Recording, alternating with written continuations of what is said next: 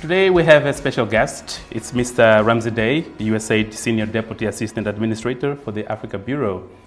Welcome to Mozambique and welcome to Media Lab. Thank you. Obrigado. We are honored to have you in our studio. So, during the US-Africa Business Summit, which is taking place here in Maputo, the USAID Administrator, Mark Green, he spoke about the journey to self-reliance. Yes, and he explained how countries are increasingly taking charge of their own development and become more prosperous and independent by growing the private sector. What would you say the journey to self-reliance is for a country like Mozambique? Yeah. Well, thank you for having me. I'm honored to be here, and it's delightful to meet you and your team, and thank you for the tour. The journey to self-reliance is really a different way of thinking about development work. And when we say the journey to self-reliance, it really is an organizing principle so that everything that USAID is doing in partnership with our host countries, in this case Mozambique, is to help them along their way towards a day in which they can plan, implement, and finance their own development to their development challenges.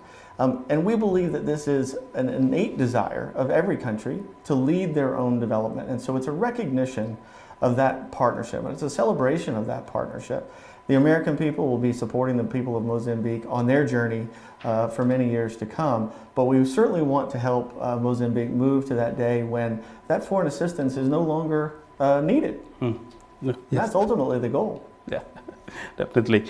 And still talking about the summit, the US-Africa Summit, the United States government presented Prosper Africa initiative. And also indicated that it would sign a memorandum of understanding with the Mozambican government to increase bilateral trade and investment between the two countries. Can you explain a little bit what basically Prosper Africa initiative is and how it's leading the economic development in Africa and in Mozambique particularly? Sure. So Prosper Africa it's not necessarily a program, but it's really it's a banner initiative under which a lot of our programs will focus. But it's a whole of government initiative to try to substantially increase two-way trade between the U.S. and African nations. We really believe that American companies have a very good value proposition, and we want to partner with African countries, again, on that journey to self-reliance, so that our relationship is not only based on aid, but it's also based on a trade-based relationship and an economic relationship. So we want to prioritize programs that are advancing not only the commercial interests between Africa and the U.S., but also the ability of African countries to engage in the international economic system. So we're going to focus a lot of our attention on what is it going to take for American companies to come in more force to Africa, and then also what kind of constraints or trade barriers are there within the existing regulatory framework and policy framework that we can help to kind of remove so that American companies will be more interested in investing in Africa. Primarily because we see there are wonderful opportunities here on the African continent, and we think that's good for African development, also good for African business, which means it's going to be good for all of Africans. Yeah. But in economic theory, trade benefits all sides. Yeah. But Africa history of trade has shown that trading relationship between African countries and foreign countries always end up benefiting the richer countries who end up being as exporters of processed and low value added raw materials. Okay. What measures is the United States government taking to ensure that increased trade will benefit ordinary people in African countries? Yeah. We believe in fair trade, and fair trade for both sides. We believe that American companies have a superior value proposition, but they also represent American values. And American values and principles are based on the rule of law. And so this is something that all American companies are going to bring with them when they express interest in working with and trading with and investing in African nations. So when you work with American companies, what comes with them are those American values and principles, which we hold very dear to us, and we believe is a reflection as a people as to who we are. Okay. So As you may know, our country, Mozambique, has about, we are very young.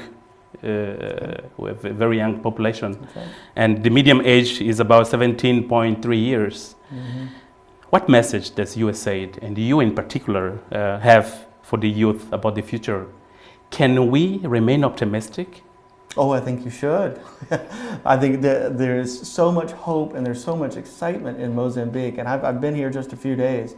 But my love affair with Africa started here in Mozambique about 20 years ago as a backpacker. Oh. As I traveled around southern Africa, and I spent about 2 months here in Mozambique. And that same optimism, that same ingenuity and creativity that I saw 20 years ago here as a backpacker is still alive and well. And so I think Mozambique should be incredibly optimistic about their future. There's a tremendous amount of opportunities here.